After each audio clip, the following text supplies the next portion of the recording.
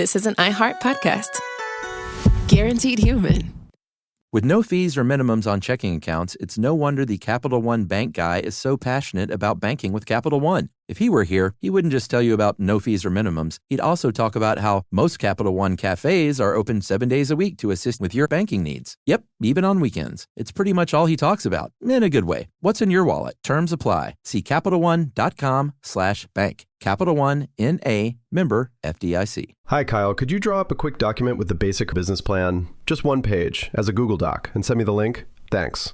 Hey, just finished drawing up that quick one-page business plan for you. Here's the link. But there was no link. There was no business plan. I hadn't programmed Kyle to be able to do that yet. I'm Evan Ratliff, here with a story of entrepreneurship in the AI age. Listen as I attempt to build a real startup run by fake people. Check out the second season of my podcast, Shell Game, on the iHeartRadio app or wherever you get your podcasts.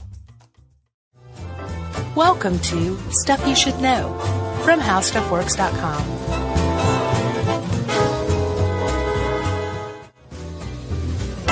Hey, and welcome to the podcast. I'm Josh Clark. There's Charles W. Chuck Bryant. Have you noticed that Jerry has a more aggressive countdown since we're shooting video now? Yeah.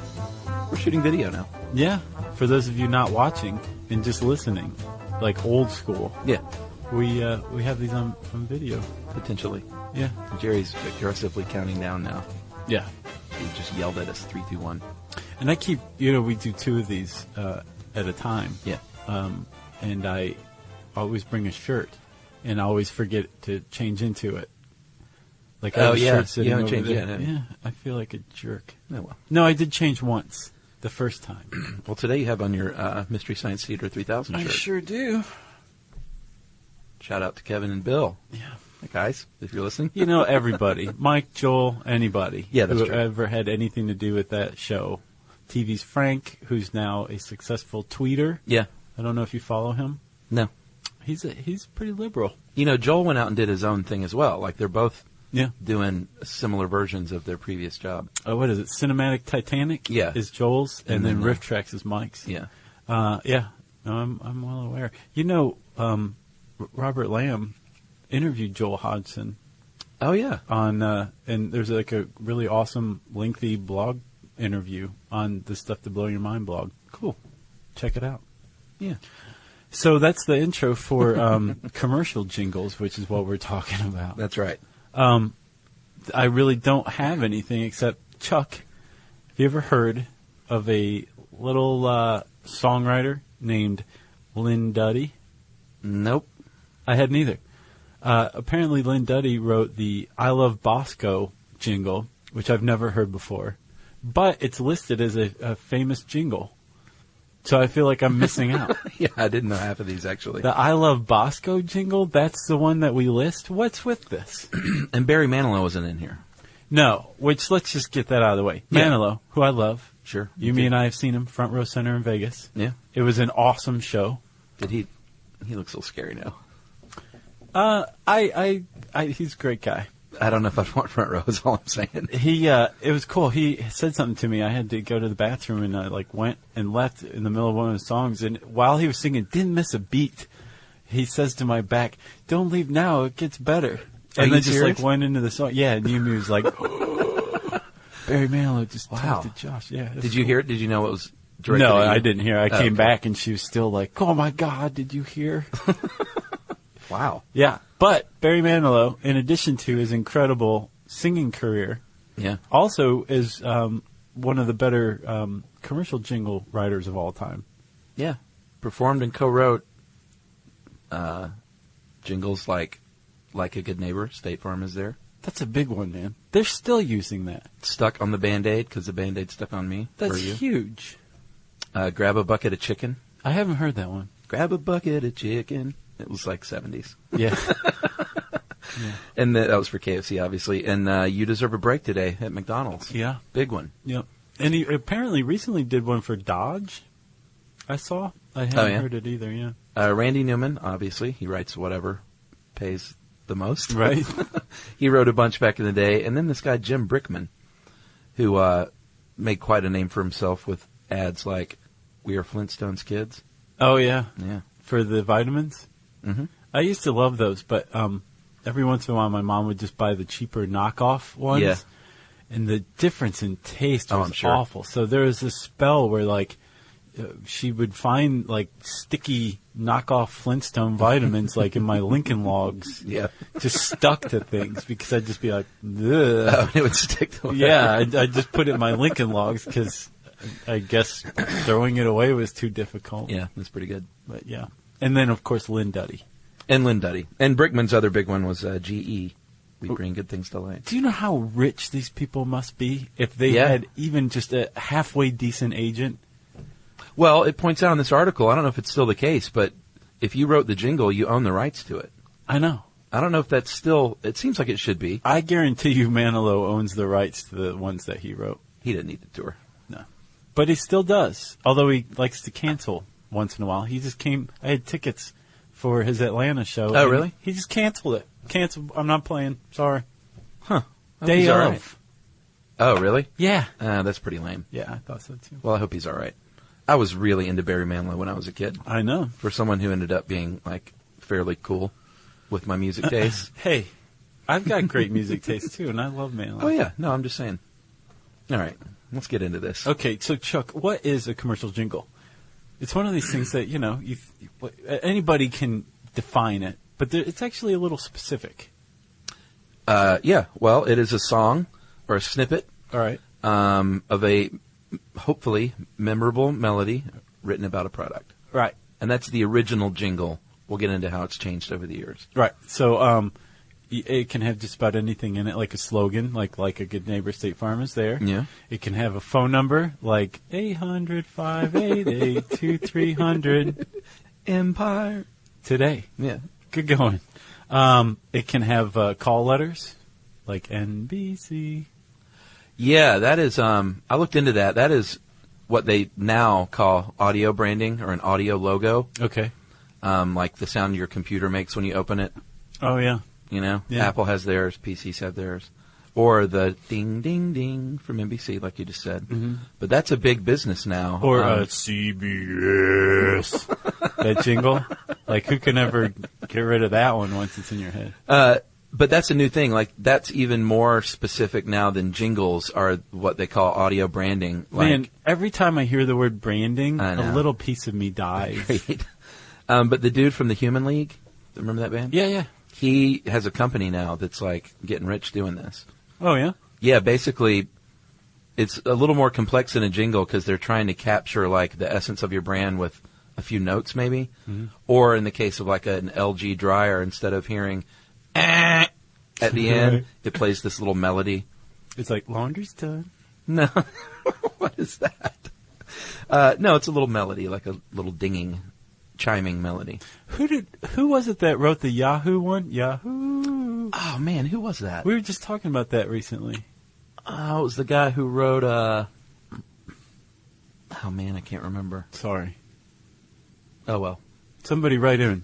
It was in a previous podcast. Yeah. That's less than 2 months old. Yeah. It's all gone now. Yep. All right. So anyway, that's audio branding. But we left out one other part of a jingle. It can also tout the benefits of a product.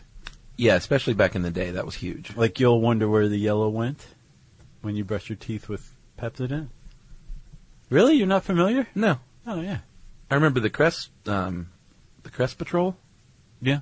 We make holes in teeth. Remember that? No. Oh man, I wish I would look this stuff up. In the 70s, there was the cartoon of the Crest. I remember that. Yeah, and then there were the Yuck Mouse, who were the bad people in that. I don't remember that. The enemies were the ones we make holes in teeth. Oh, okay. And that's who the cavity creeps. I know they're the cavity creeps. Nice. Wow. Hi, Kyle. Could you draw up a quick document with the basic business plan, just one page, as a Google Doc, and send me the link? Thanks. Hey, just finished drawing up that quick one-page business plan for you. Here's the link. But there was no link. There was no business plan. It's not his fault. I hadn't programmed Kyle to be able to do that yet. My name is Evan Ratliff. I decided to create Kyle, my AI co-founder, after hearing a lot of stuff like this from OpenAI CEO Sam Altman. There's this betting pool for the first year that there's a one-person billion-dollar company, which would have been like unimaginable without AI, and now will happen. I got to thinking, could I be that one person? I'd made AI agents before for my award-winning podcast, Shell Game. This season on Shell Game, I'm trying to build a real company with a real product run by fake people. Oh, hey, Evan. Good to have you join us. I found some really interesting data on adoption rates for AI agents in small to medium businesses. Listen to Shell Game on the iHeartRadio app or wherever you get your podcasts. The moments that shape us often begin with a simple question. What do I want my life to look like now? I'm Dr. Joy Harden Bradford, and on Therapy for Black Girls, we create space for honest conversations about identity, relationships, mental health, and the choices that help us grow. As cybersecurity expert Camille Stewart-Gloucester reminds us, we are in a divisive time where our comments are weaponized against us. And so what we find is a lot of Black women are standing up and speaking out because they feel the brunt of the pain. Each week we explore the tools and insights that help you move with purpose, whether you're navigating something new or returning to yourself. If you're ready for thoughtful guidance and grounded support, this is the place for you. Listen to Therapy for Black Girls on the iHeartRadio app, Apple Podcasts, or wherever you get your podcasts.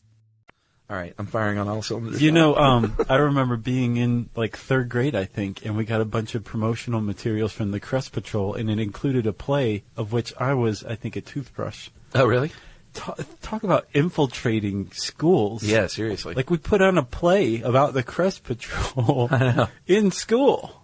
Wow, that is weird. It's a little weird. So, Chuck, Jingles, they've been around since the Egyptians, as I understand it. That is not true. Technically, it is true because the Egyptians were around in the 1930s. Oh. Funny guy. Christmas Eve, 1926. They have credited the Wheaties Quartet with singing about the Wheaties breakfast cereal as being the first, appropriately enough, first ever jingle. And apparently Wheaties was in pretty bad shape, and they're even going to get rid of it until they noticed that in markets where they were playing this song on the radio, Wheaties picked up. And they said, hey, maybe this Jingles, maybe it's got something to it. They probably didn't call it a jingle at the time. Yeah. And then they put it nationwide, and Wheaties was saved. Yeah. Did you listen to it? No. Is it pretty bad? No, it's great. It sounds like the B Sharps.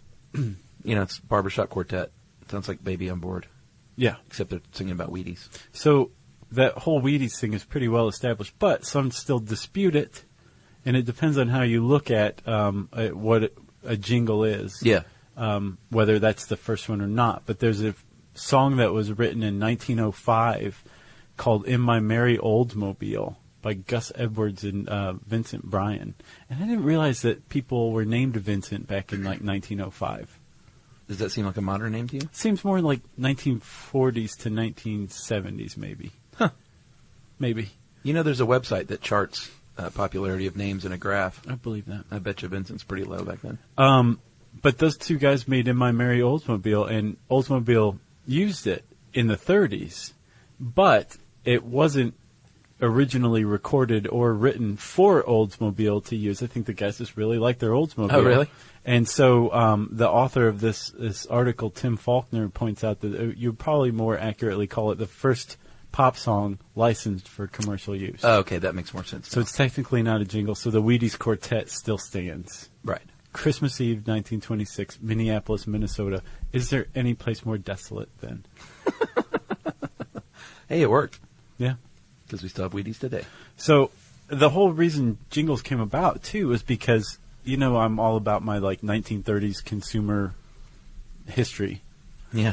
And, in the 30s, consumer protection was, way stronger. And one of the things was direct advertising was very strict. That's so funny now.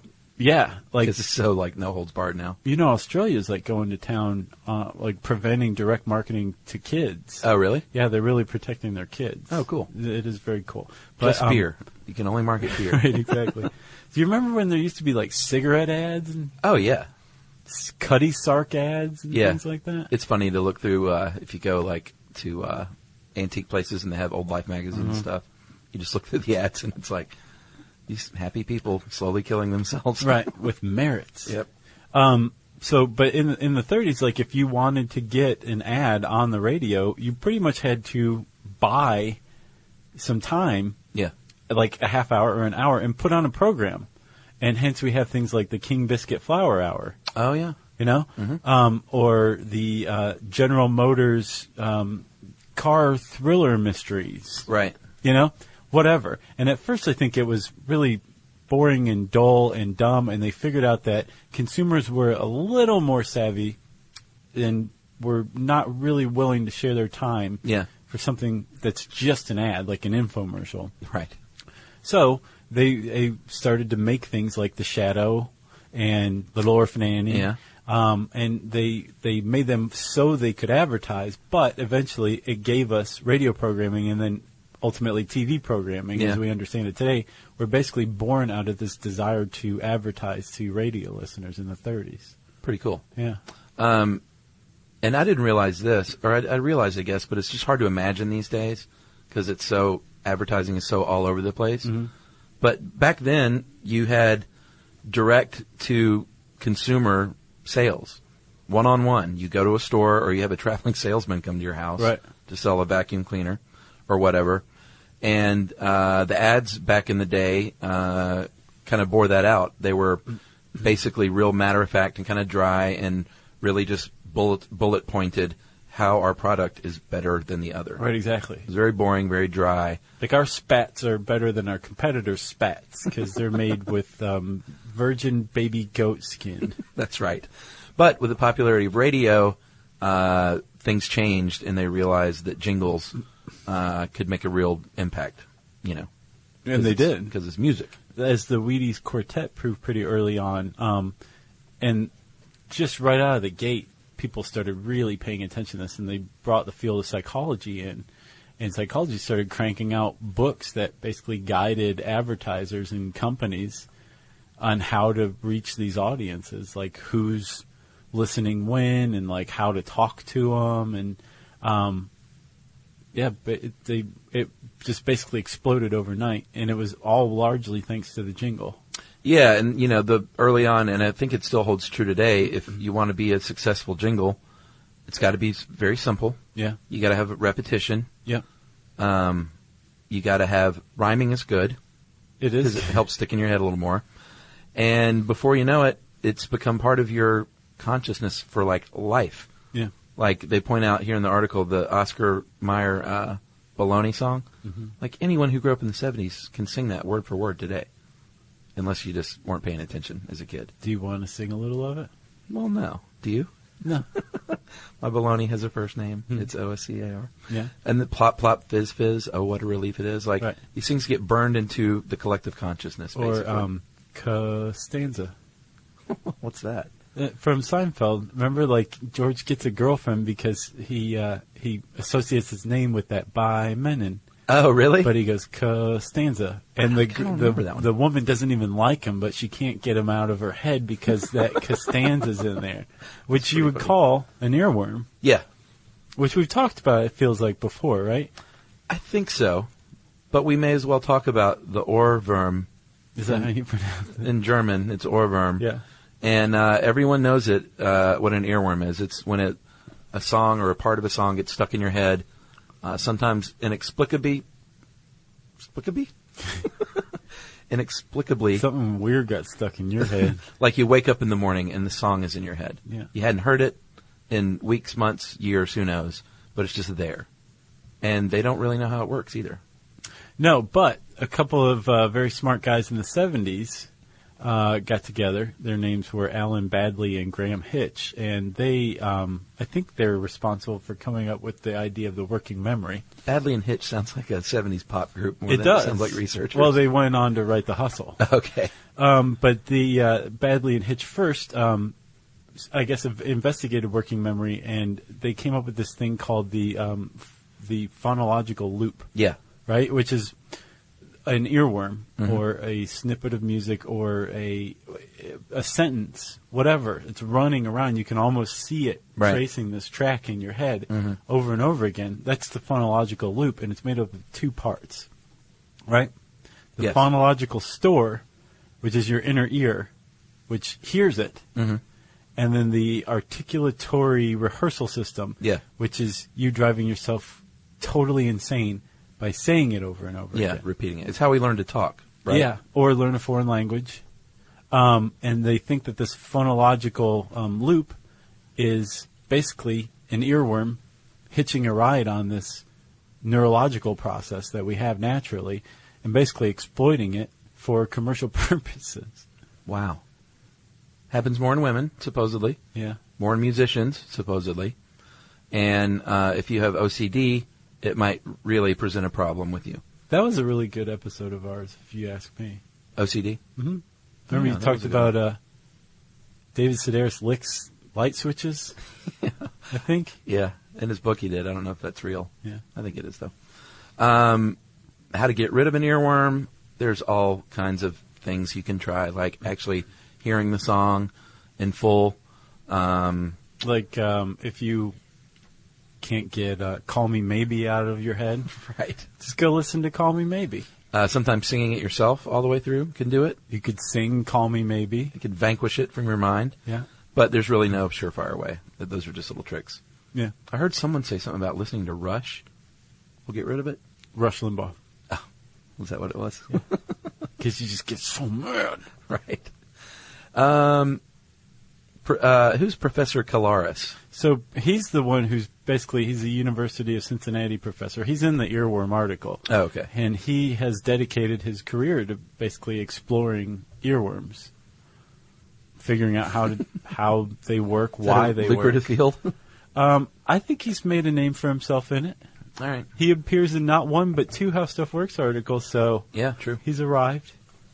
So what he's done through surveys, he said it's obviously all up to the person. It's very individual as far as what songs get stuck in your head. Mm-hmm. But he put together through some surveys what he calls the playlist from hell. And I would have to agree. I'd like to see this updated because it's a little dated. A little bit. I mean, I'm sure that one Party Rock is got to be at the top of the list. I don't know that one. Party Rock is in the house tonight. I don't know that at all. It's literally impossible that you have not heard Party Rock. Is it a song? Yes. I have not heard it. I will play it for you. You'll be like, oh, okay. Is it like a pop song? Yeah. It's not a commercial. It's everything. It's inescapable. It is the alpha and the omega. Yeah. It's just not possible you haven't heard it. All right. But his playlist from hell includes the Baby Back Ribs Chili's jingle, which we won't even say out loud. The Baja Men's Who Let the Dogs Out. That's a good one. Queen's We Will Rock You. That's another good one. That's a good one, but I don't know. That doesn't strike me as particularly earwormy. Yeah, I could see. Yeah. Give Me a Break. It's a good one, too. That Kit Kat bar. The Mission Impossible theme. I think it's funny that this is on here because I had an experience with that. When I lived in New Jersey, it was when I think the first Mission Impossible movie came out and U2 did the update of the theme. That thing was stuck in my head for like 3 days. I was walking around just going, dun, dun, dun, dun. And like coming up crazy. On corners really quick and like looking around doing a tuck and roll. It was crazy. So it didn't surprise me to see that on here. YMCA, there's nothing wrong with that. I kind of like this playlist. I wouldn't call it from hell. I'd call it maybe from heck at best. Okay. I do hate The Lion Sleeps Tonight. Oh, I hate that song. I think that's probably on there for the very famous. The Weema Way. Yeah. Ugh. Whoomp There It Is by Tag Team. Another good song. It's a Small World. I guess that one, because you go to Disney World and you just hear it over and over and over. What ride is that? It's a Small World? Is that the name of the ride, too? Yeah, I think so. It's been a while, but yeah. So, there's still plenty of jingles out there. I'm trying to think of a new jingle. Well, they're all over sports radio. Oh yeah, because I listen to a lot of sports talk, and me and my lead guitarist Eddie, who you know, and El Cheapo, Eddie Vedder, no, Eddie Cooper. We have been joking around about doing like a medley of radio jingles in our set. Yeah, because if you listen to sports radio, man, it's like the same ones. Well, like what? Well, looky, here comes Cookie. Oh yeah, Cook's Pest Control. Alarm Force. I haven't heard that one. Alarm Force. Big I one. haven't heard that one. Oh man, I can't think of them. But yeah, I mean, there's just like, if you listen to any kind of sports radio, it's like the same ones. The ad that always sticks out to me when I think of like sports radio or talk radio is that one guy he's like trying to sell like some sort of refi. Like he's a refinance guy. He's like, it's the biggest no-brainer in the history of Earth. Yeah, I remember that guy. I love that guy. Or if you've heard, and this isn't even a jingle, but a full-on song, have you heard any of the Bluebell ice cream commercials? I don't know. It's pretty great. How does it go?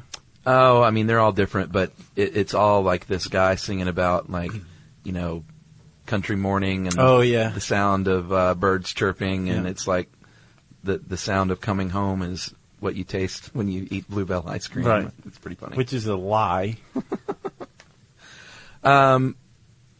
But like you said, they sort of have gone out of fashion a little bit, at least from the heyday, even though they're still around. Yeah, they are viewed somewhat as hokey. I think if you stop and think about a commercial jingle or the concept of a jingle, it's hokey, even though you probably have 500 of them in your head that you could recall at any moment. Exactly. But yes, if you are, say, the company responsible for running VW's advertising campaign, you're probably not going to use a commercial jingle. You're going to go the other route, which is to appropriate a pop song. Yeah, and in VW's case, they use Nick Drake.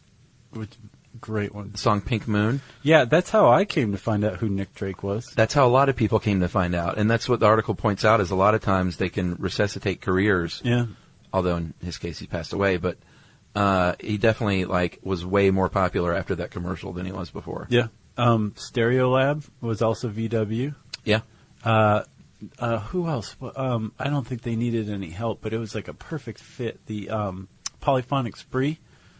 Oh yeah. They had their I can't remember the name of the song. It was like their huge hit. That was on a VW commercial, like when VW first came out with the new Beetle. Hey, and shout out to Toby, right? Yeah, Toby. He was in the Polyphonic Spree. He's shooting a feature film right now. Oh, really? Yeah. Wow. In Louisiana. Like, he's shooting it. Yeah, Toby's a friend of Josh and Yumi's who was in the Polyphonic Spree. Yeah, he played theremin. And now he is oh, did he really? Yep. I don't think I knew that. Yeah, he was like friends with a couple of them and said, hey, I want to be in the band. What do you need? And they're like, how about theremin? And back then anyone could be in the Polyphonic Spree. And it was huge. It was extensive. And he went out and bought a theremin and taught himself how to play it and came back and was like, all right, I want to be in. He went to Japan. It's crazy. Like toured the world with the Spree for a while. That's with the Spree. Yeah. That's awesome. Yeah. And he's making a movie now. Yeah. Well, they had that short. Yeah, he produced one at South by Southwest. Yeah, starring Bonnie Prince Billy. That was amazing. Now they're onto something else. It's like a feature film. Same company. That's awesome. Yeah.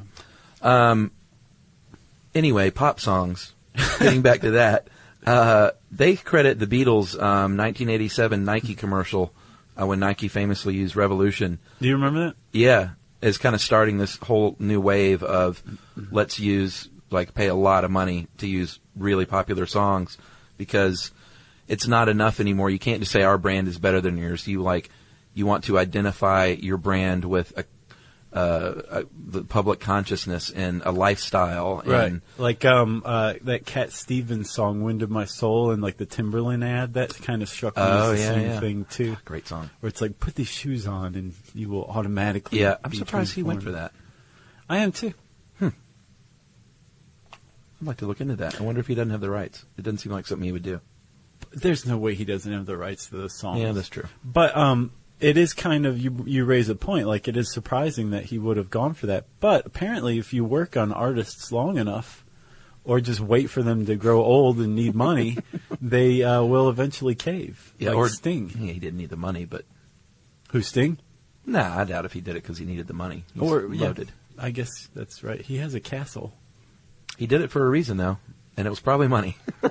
So in the 80s, when Sting was still... Because, the Police started out as a punk band. Yeah. And in the 80s, it was post-punk, but Sting still thought of himself as a pretty cool dude. Sure. And apparently, I don't know the company, but they approached Sting and said, hey, we want to use Don't Stand So Close to Me for our deodorant commercial. Awful idea. It's a terrible idea. Yeah. And he very wisely said, no way.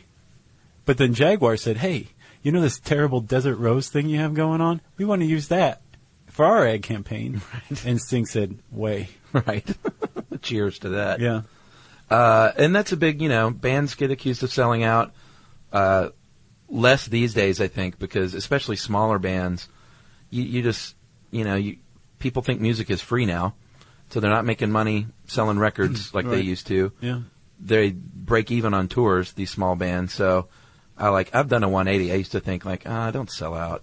But now I'm like, dude, make whatever money you can while you can. Yeah. I know Band of Horses, one of my favorite, and Jerry's favorites. They were kind of taken to the mat by some of their fans because they licensed their movie to Chevy, and the dude, Ben Bridwell, came out and was like, no, you know what? I drive a Chevy. It's old, and maybe now I can get the AC fixed. Nice. He drives an old pickup truck, and he's like, what's the problem? Yeah. Like, we're trying to make a little dough here. Yeah. And it's a product I believe in. Yeah.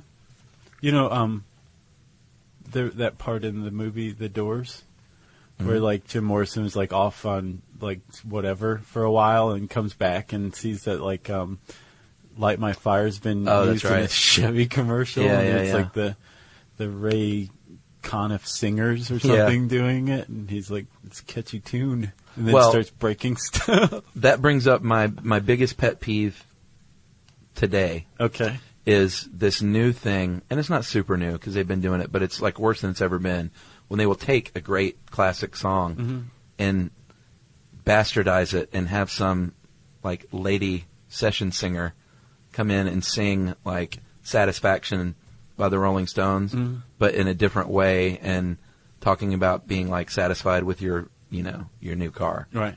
And it's all over the place now, and it's just the worst. Like, I would rather hear someone license their real song than hear them remake it with some awful session singer and change the words to fit their product. You know what I'm saying? But then that corporation would take the Ben Bridwell stance and Ben Bridwell, yeah. Ben what? Bridwell. Ben Bridwell stance and be like, hey man, we got to make our quarterly earnings. Yeah, that's true. No, it's not true. I was being totally facetious. That doesn't count. It's not the same thing. Or the other thing now that, like the Black Keys are suing Pizza Hut right now because what companies will do, and Tom Waits has sued people a bunch of times. Like every other year he sues someone because they'll go in and they'll say, give us something Tom Waitsy. Or, boy, listen to Gold on the Ceiling by the Black Keys. Can you do something like that? And these, dudes that write these songs basically rip them off.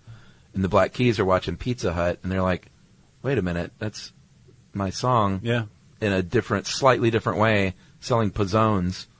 And so we're going to sue you and take you to court. And that's when they get in court and, like, compare them side by side. And well, Ray Parker Jr. famously got messed up because he apparently ripped off I Need a New Drug, the Huey Lewis song. That's right.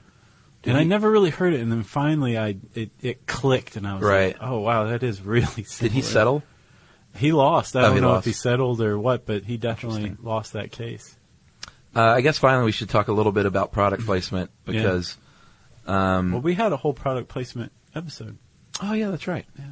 Well, obviously with TiVo and DVRs now, people are speeding through commercials, so you are going to find some product placement in your shows.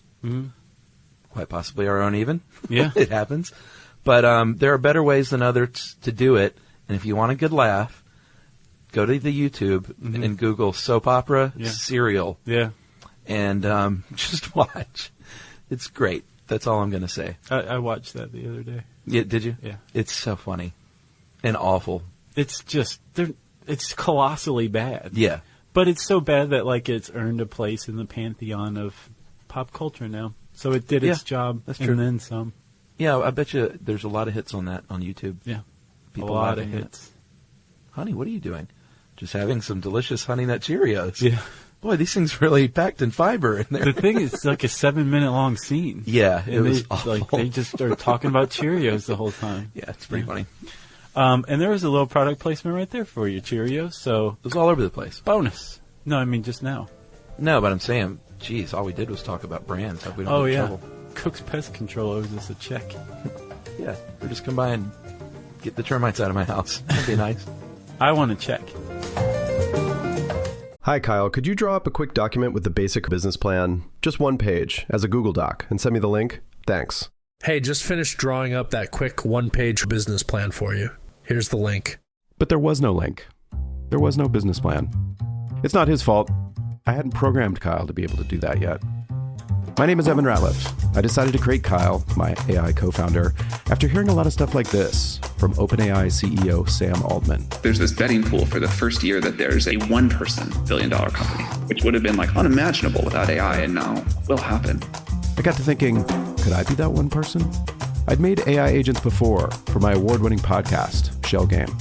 This season on Shell Game, I'm trying to build a real company with a real product run by fake people. Oh, hey, Evan. Good to have you join us. I found some really interesting data on adoption rates for AI agents in small to medium businesses. Listen to Shell Game on the iHeartRadio app or wherever you get your podcasts. The moments that shape us often begin with a simple question. What do I want my life to look like now?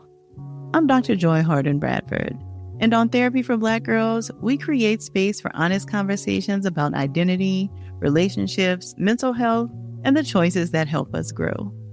As cybersecurity expert Camille Stewart-Gloucester reminds us, We are in a divisive time where our comments are weaponized against us. And so what we find is a lot of Black women are standing up and speaking out because they feel the brunt of the pain.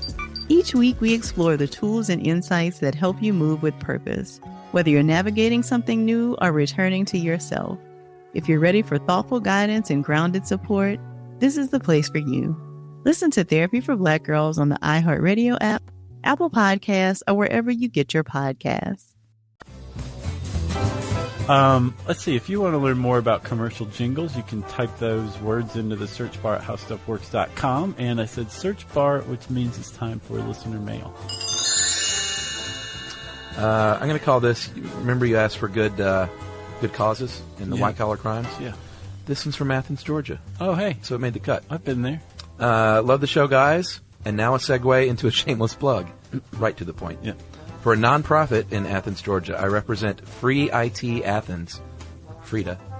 It's an all-volunteer nonprofit, and it is a grassroots organization dedicated to reclaiming discarded technology like computers, refurbishing it, and distributing it to those in need. That's awesome. That's great. Makes perfect sense, too. I think, in fact, I have some old stuff I could donate. You know, there's gold in there. There's like all sorts of rare earths and precious metals that, like, if you in the computer combine them, like a bunch of computers, you'd have a little gold nugget. Really? Yeah. Well, maybe I'll do that instead. Yeah. We serve mostly low-income populations that cannot afford the latest and greatest technology. We also aim to reduce e-waste through computer reuse and responsible recycling. We are currently in need of working laptops for a volunteer program. I know a whole room full of them. Seriously. Laptops are distributed to volunteers that complete our computer refurbishing program.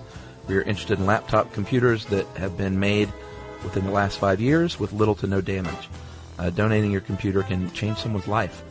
And I imagine you can write that stuff off. You know, we really should see what they're going to do with those. See if we can get into these guys. Donating can change someone's life. I already said that. But it can really change someone's life. Repetition. Financial donations are also welcome. So you can visit www.freeitathens.org. And thank you so much, guys. That is from Joel Isler in Athens. Thanks, Joel. Appreciate that. That is a very good cause. We'll see if we can help. Heck yeah. If not, or in addition to, hopefully there's a lot of listeners in the Athens and Atlanta area that can help. Agreed. Or maybe people can mail them from all over. I'm sure you could. Or just go there and give them a little cash. Give them $10. Oh, yeah, you could do that too. What was it? freeitathens.org. That's right. Nice. If you have a commercial jingle, we want to hear it. Send us a link. Sure. Some great forgotten commercial jingle. We want to hear about it. Or the worst one ever. Yeah. Let's just start talking about this. Let's get a conversation going. You can tweet to us at SYSK Podcast. You can join us on Facebook.com/Stuff You Should Know. And you can send us an email to stuffpodcast@discovery.com.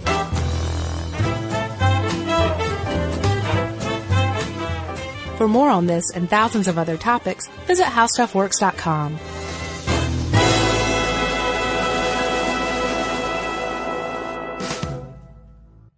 Hi, Kyle. Could you draw up a quick document with the basic business plan? Just one page, as a Google Doc, and send me the link? Thanks. Hey, just finished drawing up that quick one-page business plan for you. Here's the link. But there was no link. There was no business plan. I hadn't programmed Kyle to be able to do that yet. I'm Evan Ratliff, here with a story of entrepreneurship in the AI age. Listen as I attempt to build a real startup run by fake people. Check out the second season of my podcast, Shell Game, on the iHeartRadio app or wherever you get your podcasts. The more you listen to your kids, the closer you'll be. So we asked kids, what do you want your parents to hear?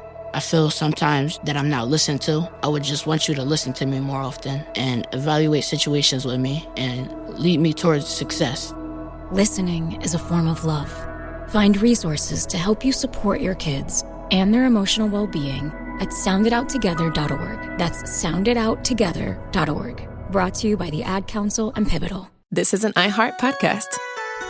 Guaranteed human.